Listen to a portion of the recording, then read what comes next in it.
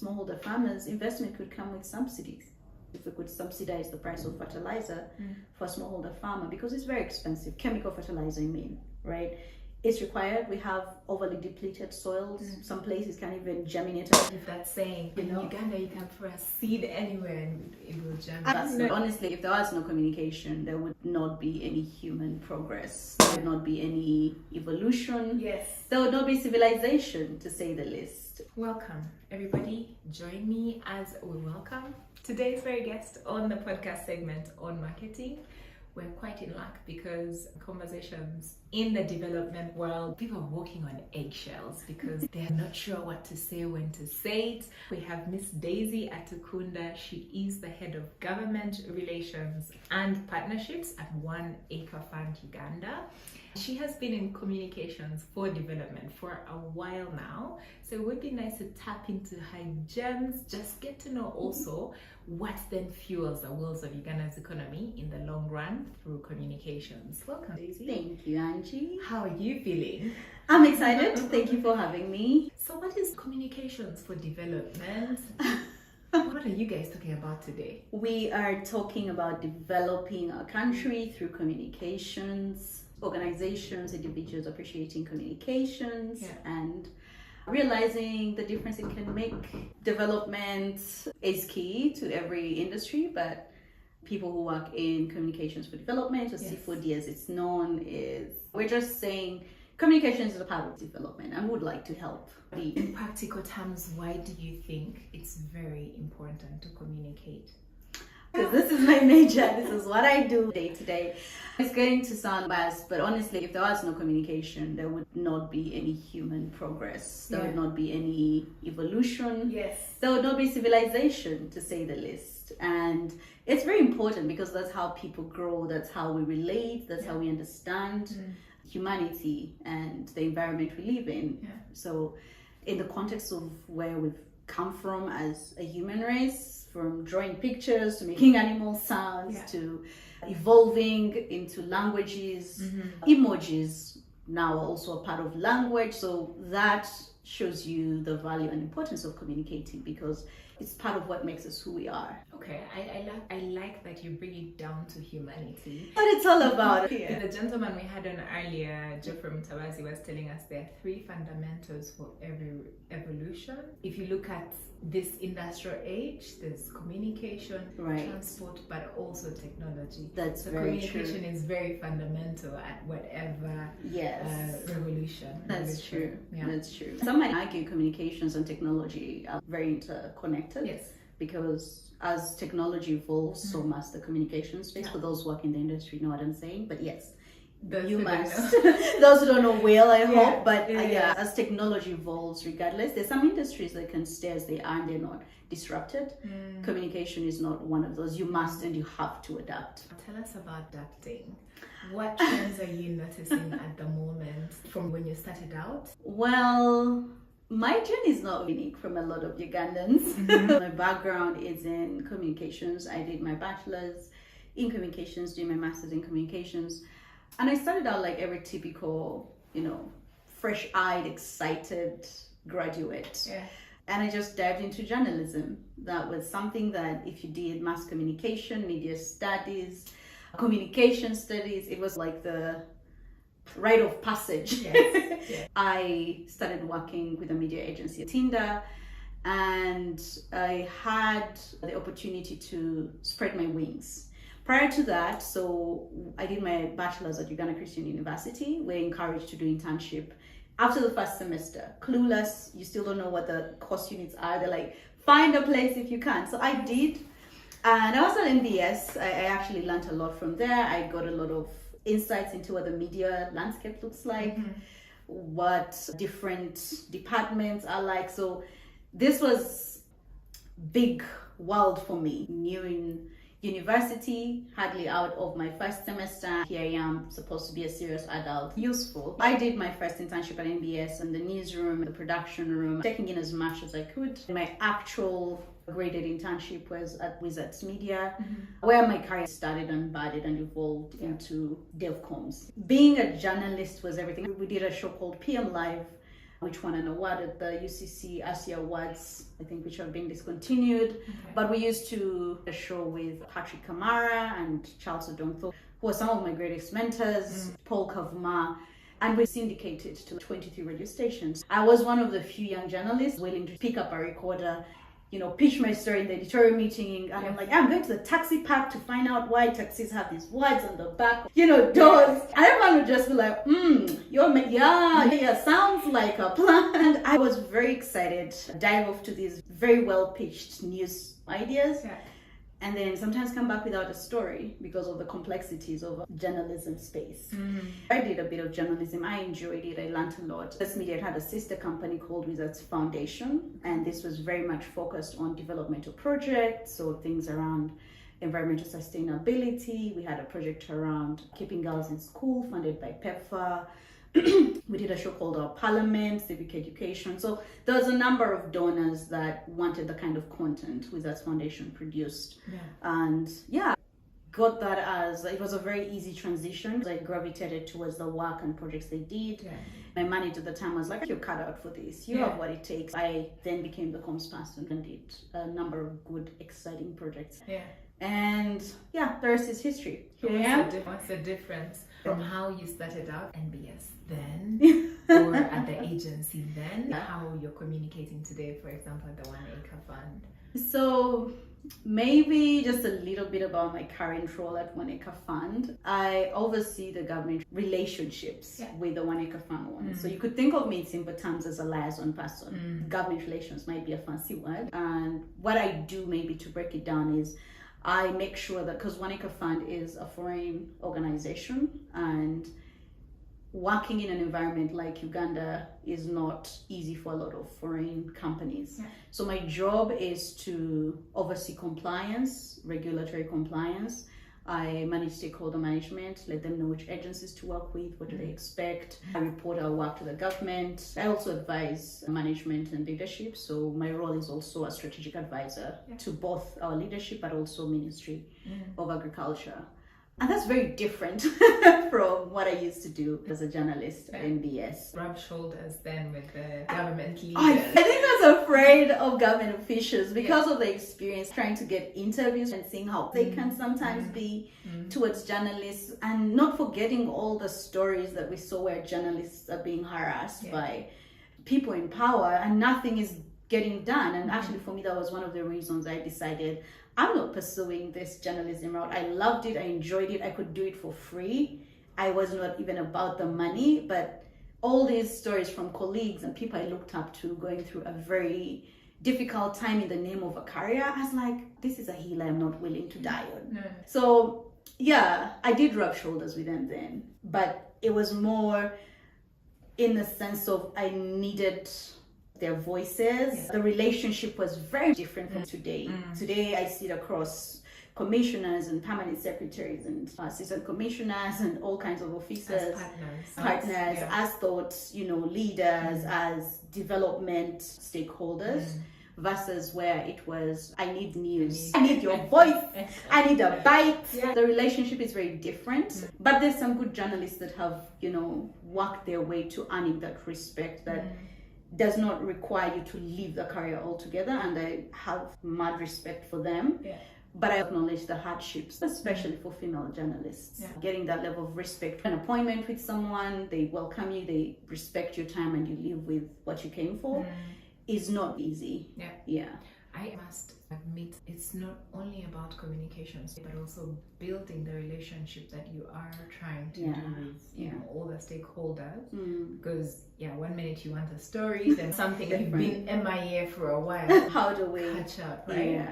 So I think what you're doing is quite an important role, and a lot of organizations don't seem to find the need to create that rapport, but it's really needed, especially in crisis. True. Not a native, or it's not registered here? No, so we are registered in the US, where the parent company is registered. In Uganda, we're registered as a foreign branch. So as a branch or a parent company, you need these relationships and they know what you're doing, you know what they expect, so that you keep within the lines if your mission is to operate. They regulate you. Yes, they do regulate you. And it looks like you had a pretty exciting entry into communications. You would say that. You start out, just going to find stories. Yeah. Say in the taxi park, I've always thought some taxis have quite interesting slogans. To date, it amuses me. What happened to that story? Did you ever find out how they come up with these things they write on their car? Mind your business. City alone. I saw one that has, where's Daisy? Wishful thinking. Wishful thinking. So why I brought that story up was it was the very first time in my budding career in communications, in journalism, that I realized how complicated humans can be. So the taxi park I'm talking about is not this nice paved one No, this is fancy, this is nice, this is orderly. I mean, taxis line up in very clean rows and it's a beautiful sight from, if you have an aerial view. I'm talking about an old taxi park where taxis parked facing each other. You don't even know how they're getting out, but they are. In the dust or mud. Yeah. Everyone is shoving their way, the chai woman, the mandazi guy, the munyowa guy, the senenewa, no. That taxi park where everyone seemed to be going somewhere. Yes. That's the taxi park. Everyone talked to me, but they did not give me what I was looking for, because I saw this young girl with a microphone, a notebook, and headphones. And here I am gambling with my Luganda, translating to English. Even my native language, those who I discovered could speak it. There was no one interested in what I was looking for. I got a few bits and pieces, but it was more harassment than actually interviewing. Tell us more about the harassment. It's insane. It's common. It's the typical catcalling. It's the typical trying to touch you or trying to pull you into their taxis. It's the typical the vulgarity and words they used to describe you. And you can imagine I'm just there with my microphone, recorder, headphones, notebook, umbrella. And oh my Lord. It's not any different. Honestly, I think it's gone down a little bit. There's been a lot of education, but I also think social media calling out these practices and people knowing they're being watched has pushed people to behave. It's forced people. Social media has bad sides, but this is one of those sites where it's like a watchdog, right? Journalists are watchdog or forecasted, but social media has extended that role in spaces where you can't see nuances, like a young girl fresh out of university, just out here to build a career. All they need is a very quick vox pop, and you're out here just trying to touch her hair, you're trying to feel her hand, hold her waist. The story didn't pan out. I changed my mind, went to the Tinder stage instead.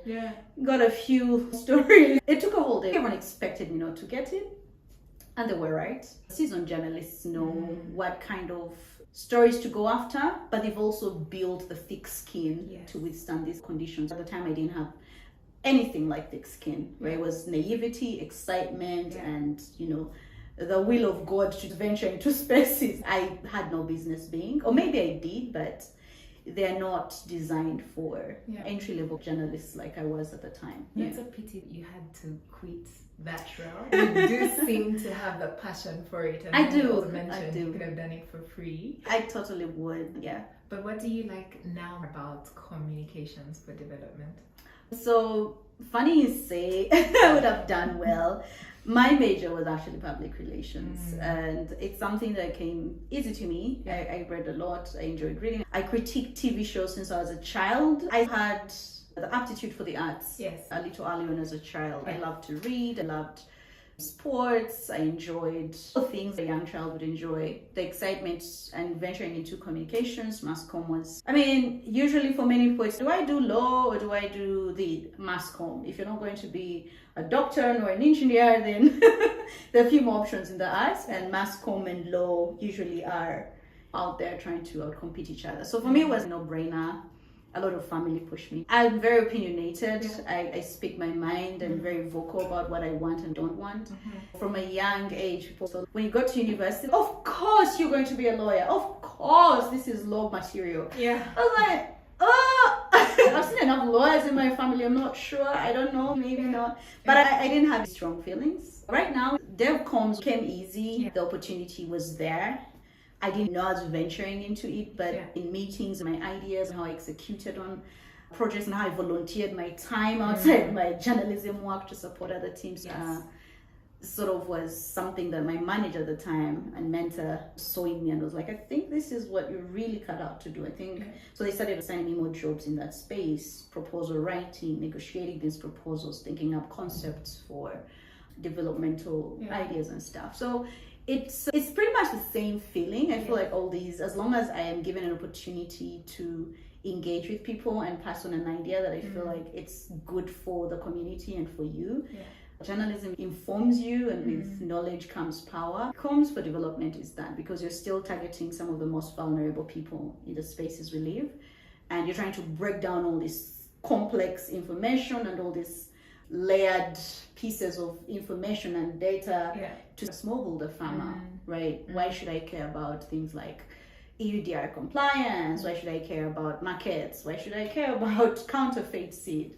Having the opportunity to break down that kind of information to someone who is in a position to access that information, for me, it's always been exciting. Absolutely. I like how you articulate this. Probably people in the private sector are not as good as people in the development space to communicate their messages. Do you agree? I feel like especially on causes like cancer runs or leukemia, people in development have mastered the art of telling the story, explaining the why. In your experience, you've been at it for close to a decade. What strategies do you think have worked for you? Or what are those exciting strategies that you've executed with different organizations? There are many, and I do agree with you. People in development do have a way with breaking their message down to the beneficiary. A couple of factors. First, budget. They can afford to dedicate money to communication initiatives. And that's very motivating when you're working with an organization that realizes that the C-suite cannot speak to that farmer, client, borderman, market woman, and decides, well, but at least we can, but we have budget to cater to someone or a team to do that. And then I think also it varies individual to individual, depending on why you're doing that. The tactics are many. When I was with Wizards Foundation, a lot of projects came down to breaking our audience down. Profile your audience, imagine who they are, and just try and see if that message hits. One of my favorite projects, and I'm very proud of this because I worked on it for quite some time, and from proposal writing to implementing with a very wonderful team. It was called Superwoman, and we're one of those tiny, small, unknown organizations that somehow presented a very compelling proposal to PEPFAR, the US Department organization, to fund our idea. And they had a couple of theme areas to fit. Ours was how to keep young girls in school. I was one of the leads on writing this proposal. And while I was so excited, I just imagined what I would have wanted had I still been in school. Someone had to take my time, right? The tactics we used to roll this out and make sure we actually, yes, we knew that we're speaking to young girls and young women, but you can't get to them without getting through their parents. You can't change their behaviors without understanding what stops their parents from keeping them in schools, what stops their communities from calling out this high dropout rate that was flagged at the time. Who are the people in these communities? And you'd be shocked who they are. Butcher men. Border men, Chapati people, Musawa of the village, senior women. So you need to understand your audience. You need to break it down, profile who the audience is. Then you need to test those messages. And we did it as well with another project with FHI 360, where the Still Wizards Foundation was contracted as one of the media agencies to do some development pieces for them on the Bulamo campaign. We did dramas. I wrote most of those with some of my teammates at the time. And we still had to understand, if you're trying to talk, I didn't have a child, but you're trying to write a drama that is to appeal to a new mother and convince her why having a caretaker is important, or you're trying to talk to young people and why abstaining from sex is, So know your audience, understand them. We still use that tactic in my current role. We profile government officials or stakeholders. We know what motivates them. what's their pain point, what keeps them up at night, and that leads us to how we engage with them. So it really all starts with understand your audience, profile them to the nitty-gritty detail, and if you understand what motivates someone, what keeps them up at night, that pain point, what's the one thing you would solve if they gave you the opportunity. You have a good starting point to layer any message on them, and they will be receptive because you'll come from a point of understanding versus dictating. There are many good comms people out there that can share more, but for me, I feel like that's been my hammer. Understand the people and you'll build the kind of relationships you want. I couldn't agree more. Knowing your audience better, understanding what they do, how they do it. I normally like to give them a name. A government official, is it a woman, is it a where do they hang out? Just know them that way so they customize the message journey for them to interface. It's very important. Now in this current role where we work with LC1 to like the minister, the team I lead has people that all major on understanding a certain audience, because how you relate with an LC1 and what you want from them is very different from an LC3 at a sub-county. Extremely different. A secretary in the office of National Forest Authority, and totally different from, say, a commissioner in Maif, right? All these people have a role in this big government machine. We might need the same thing from them, but how we package and position it is different because they all are motivated by different things. They see value that we bring differently. So audiences differ, and sometimes the message is the same. The challenge of communications people face is, how do I repackage the same message without losing its intent to different audiences? I can imagine. It must be challenging, but now with tools that help you accept the same message. I still think it's challenging, but we have it now. I see opportunities for it.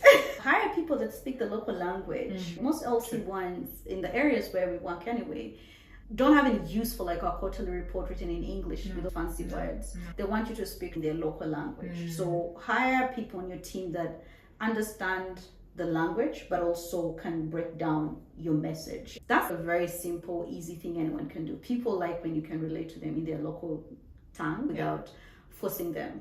Timing is important. Some people don't like to meet in the morning. Some people want you between meetings. Some people, we've managed to put certain processes in place to do what we have to do, but it's still a big challenge trying to get people to champion the work we do and see the value. What's about the work you're doing?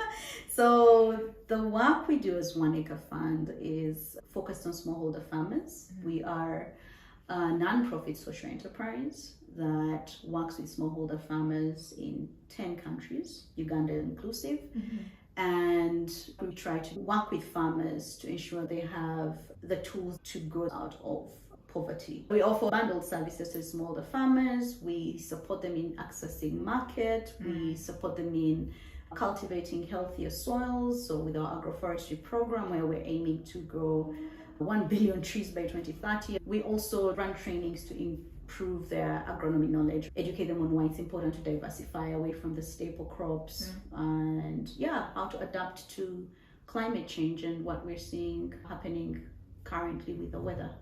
I'm very passionate about farming because as a farmer, I knew nothing about farming until now. My mom says, "People, Mark, you know nothing. Now all you talk about is fertilizer and chicken and manure, potatoes. We're going to put to capture away. Oh my gosh, I'm not having any of it.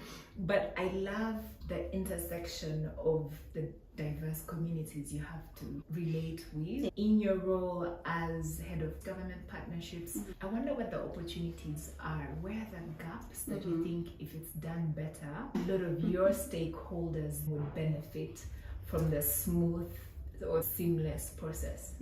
That's a very good question. A lot of gaps, but there's something being done about most of them. Like I said, ON Acre Fund works with smallholder farmers. These are the people that feed the nation. It's all on the internet, but 70% of sub-Saharan population, actually let's start even with Uganda, are smallholder farmers. And a smallholder farmer in this case, defining someone who has less than an acre of land. Our farmers, we work with farmers from as little as half an acre to 3 acres maximum, but that's still considered smallholder farmers. Depending on which country you're in and land availability, that differs. Ideally, this is someone who has land, they farm, they have their home on, they have other crops, probably rear some animals. They're trying to optimize this one piece of land for basic needs.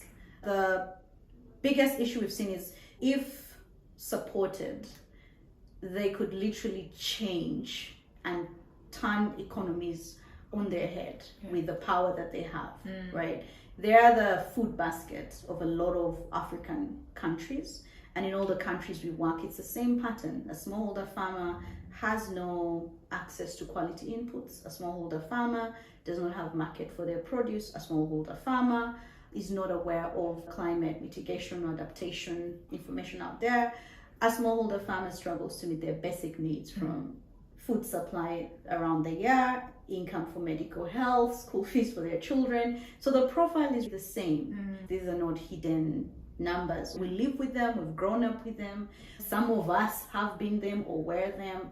So these smallholder farmers are in a position where, despite them being able to produce food that feeds nations, they still are some of the most underserved people in the country. From what we've seen and what we're trying to do as ON Acre Fund is, we've been here for now, this is our 11th year in Uganda. We've noticed that when you empower a smallholder farmer, you have the potential to change their trajectory in life.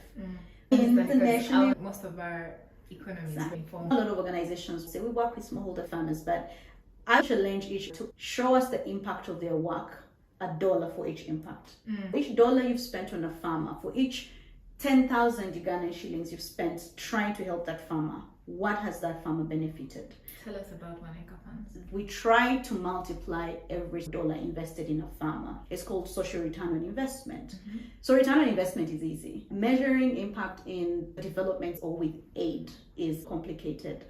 Not as complicated, but it's a challenge for a lot of organizations that have the opportunity to make that difference. So what we do at ON Acre Fund is, with our bundled services, we work in the Eastern region, Kamuli, Central region, and then what we're calling Central Western, Mubende and Kasanda, where we recently expanded. What we do with all the farmers here, these are smallholder farmers doing coffee, doing maize, doing chia seed, growing the different products and crops we offer. With the funds we have, we try to identify services or products that these farmers need, and if they're able to attain these services or this product, they're in a position to see their quality of life, right? Let me give an example. Say, we're working with coffee farmers who already have existing plantations. Most of these farmers know coffee is a high value crop, but they don't know the potential. Some have even given up on market. Just harvest, sell it to the closest middleman. We're offering free coffee training. We sit them down in their groups and explain, why should you harvest coffee that is ripe? Why is it dangerous to harvest green beans? What is the value of pruning? How do you prune? What tools do you use? We show them the value of organic fertilizer. This is information you'd assume farmers have, but how you share it with them varies. We're not doing this because we're a charity. We're doing this because as we spend money on our teams that run the trainings, purchase fertilizer and bring it closer within walking distance of our farmers, as we spend money to grow trees and distribute them to farmers to plant maybe as boundary or a shade tree, we are also tracking how these farmers' lives change. We're a very robust M&E team.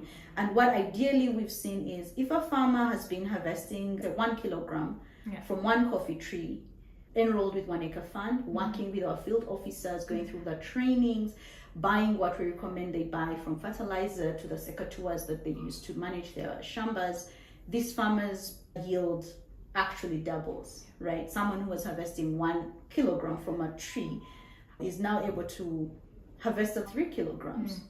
That is what social return on investment looks like. How are you able to convert your investment in a way that it doesn't come back as hard cash, but it comes back as being able to say that Farmer Jen was able to harvest this, but having enrolled with us and gone through this program attended X number of trainings and worked with our field officer for this long and bought this and this, we quantify that value as our social return on investment. The difference a dollar makes in a farmer's life. For $2, you should see a farmer not 1 acre fund.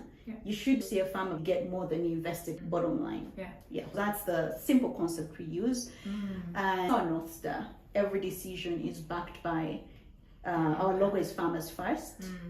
So anything that is bound to improve the quality of life of our farmers. Are they cultivating richer soils? Are they having healthier families? Do they have the knowledge they need to farm? And do they have access to market?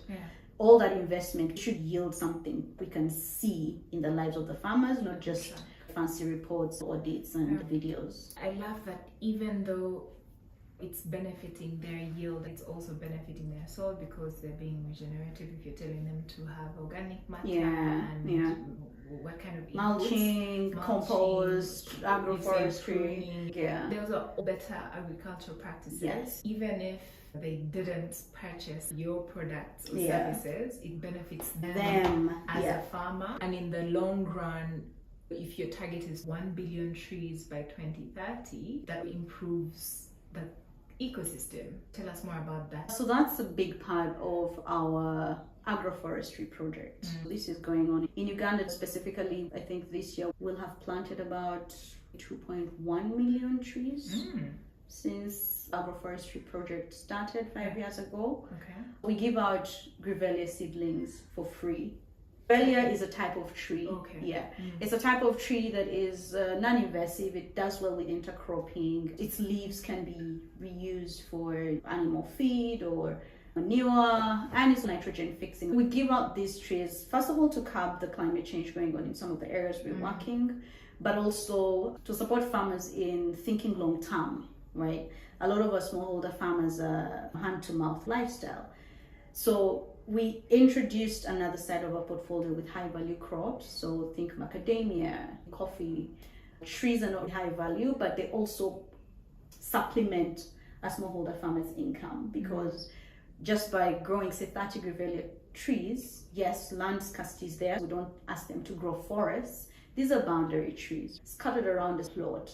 These 30 trees, if they mature, a farmer can cut them down for timber and sell that. A farmer can choose to let them grow and let nitrogen fixing work. A farmer can intercrop with them. They're also providing like shade if it's say crops that require legumes, beans, they do well with those kinds of crops.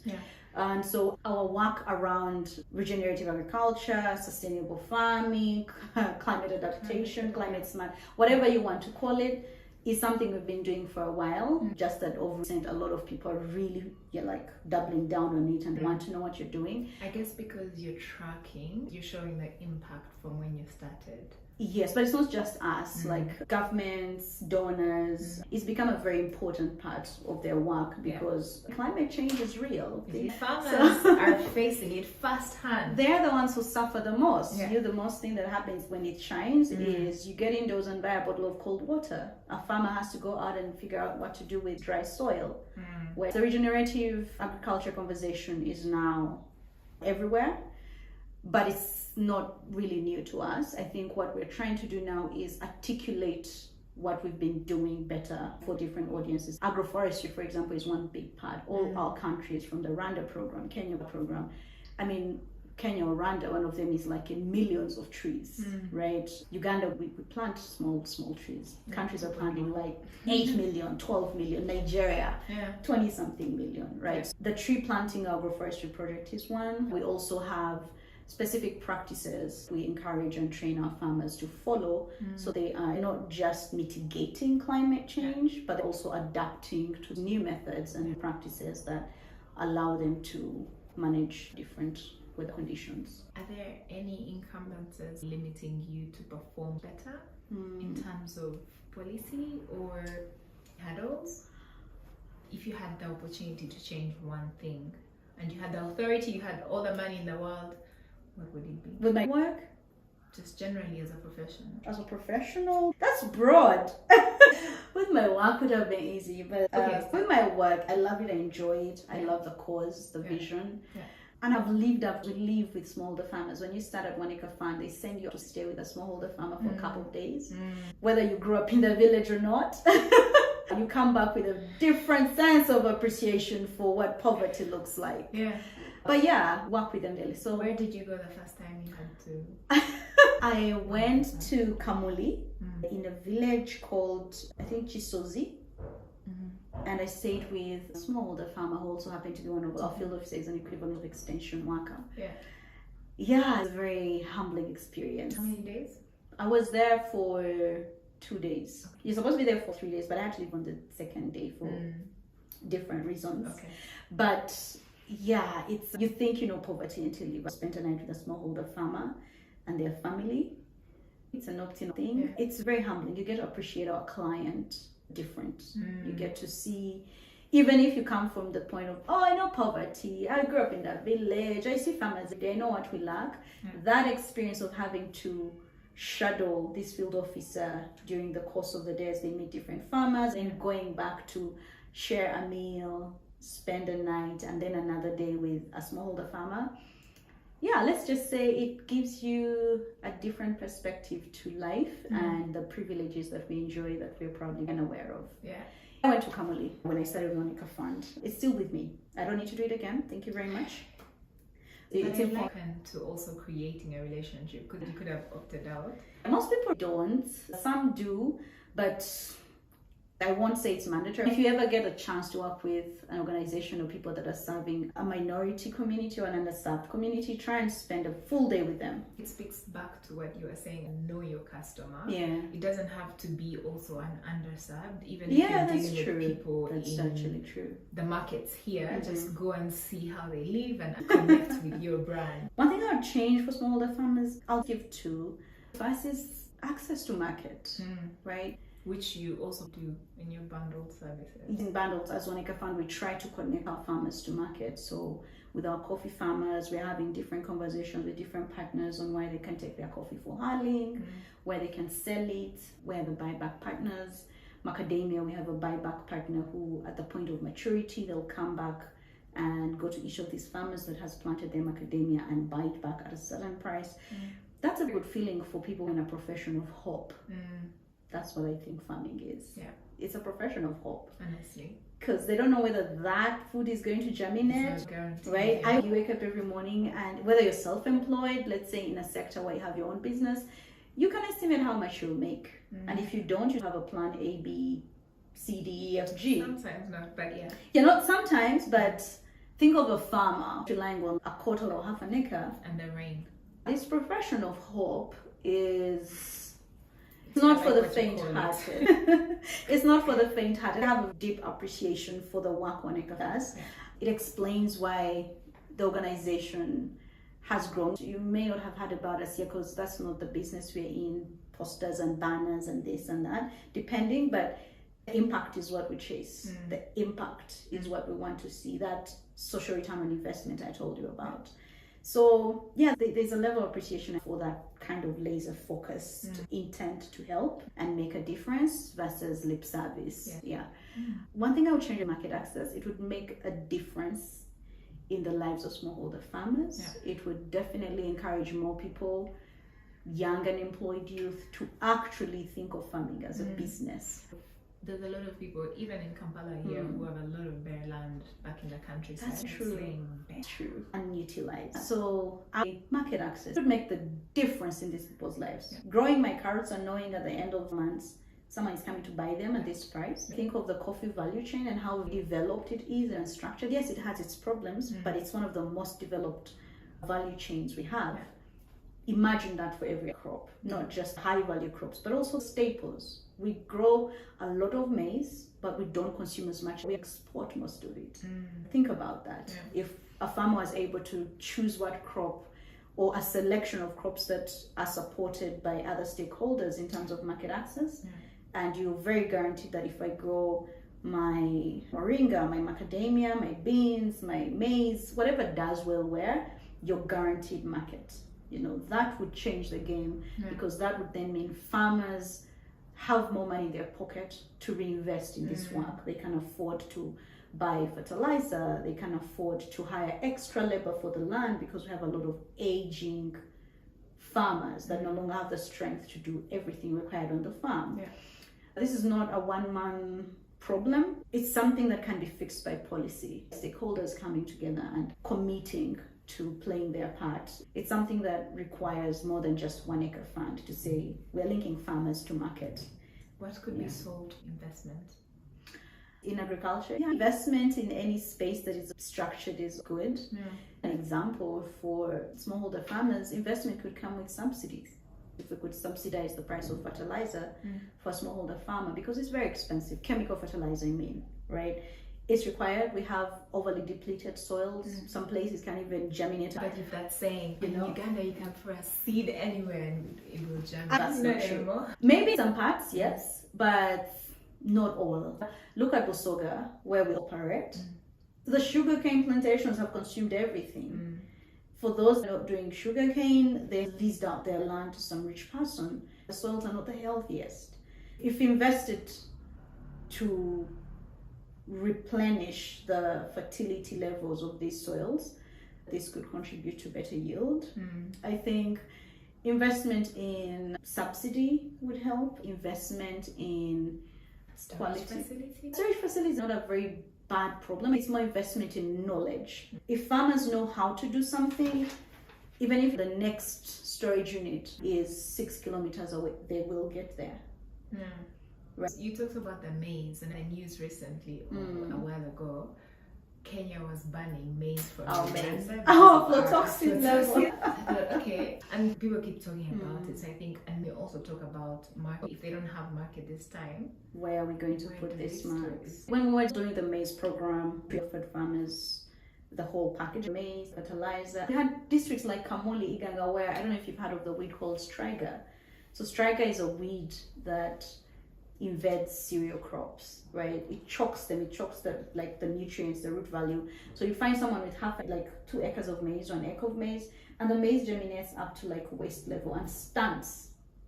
That's it. After someone has invested over 300,000 in their farm, they've bought the quality maize, they've applied fertilizer, they did the neat rows, they bought strings to measure, they did microdosing of fertilizer, they've done everything they've been trained on, and the maize does not germinate.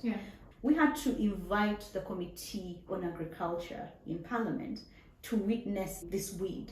It's dangerous. Please see what is happening. So we want the Kamali district to pass the Stryker bill to support local governments to manage the weed. It's very invasive and hard to manage. Young people are also starting to smoke it because it was everywhere. We supported the Kamali district to pass a bill, an ordinance to manage it, to control it, collective communal approach, and it's there. Well done with that. Thank you. I know we're going small, to go, and I know small wins must be celebrated. There's a lot that we do with smallholder farmers. There's a lot investment can change. Market access, knowledge, trainings, quality knowledge is quite important. This podcast, we feel a more informed citizenry would make better decisions. We have that one question we ask every guest. Have you heard of that question? What will it take for Uganda to achieve a middle-class economy? That's a very good question. I will give you one simple answer. Collaboration. I know that's broad and people are like, what? For me, I don't have the math. I know the World Bank has its data. Our National Development Plan 4 is out and it has a well laid out plan. The president has spoken strongly and very, very passionately about a middle class economy. It's going to take all stakeholders actually coming to the table and being very honest with what they can do and can't do.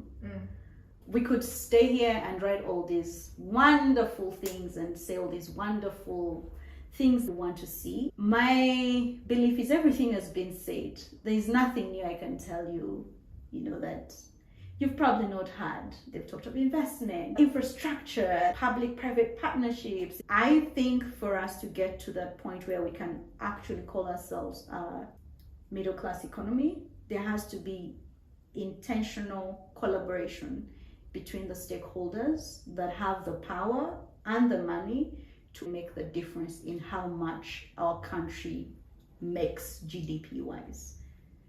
Otherwise, we're just going to be another group of orators and wishful thinkers. When I say stakeholders, I'm talking government, private partners, NGOs, religious institutions. Middle class income is not going to come about just because the government said it is. Neither is it going to come about because World Bank has said so. This is something we must own, and everyone has a part to play, however small. So collaboration, right? It's happening, but it's still happening in silos. It's still happening in spaces where certain players are not given a seat at the table, right? We have organizations that understand infrastructure, they're doing these things well. We have countries we can benchmark on. We have books that have been written. I'm not going to pick one person and say you're responsible for middle class income, because I think every person can contribute something. This conversation is best led by the government, and then it brings all these stakeholders at once around the table. If you're trying to change the agriculture space, if you're trying to have us produce the 20 bags of coffee you want, if you want to increase the export of macadamia, we're doing that in Kenya as ON Acre Fund. Can you bring ON Acre Fund Uganda to the table so that we can advise and show you the data? If you're trying to change agriculture and you don't have the people who are playing in the agriculture space, you're pretty much just developing another concept paper that will be revised, sometime. If you're trying to change, reinventing the wheel. So for me, it's collaboration among key stakeholders who are good at what they do.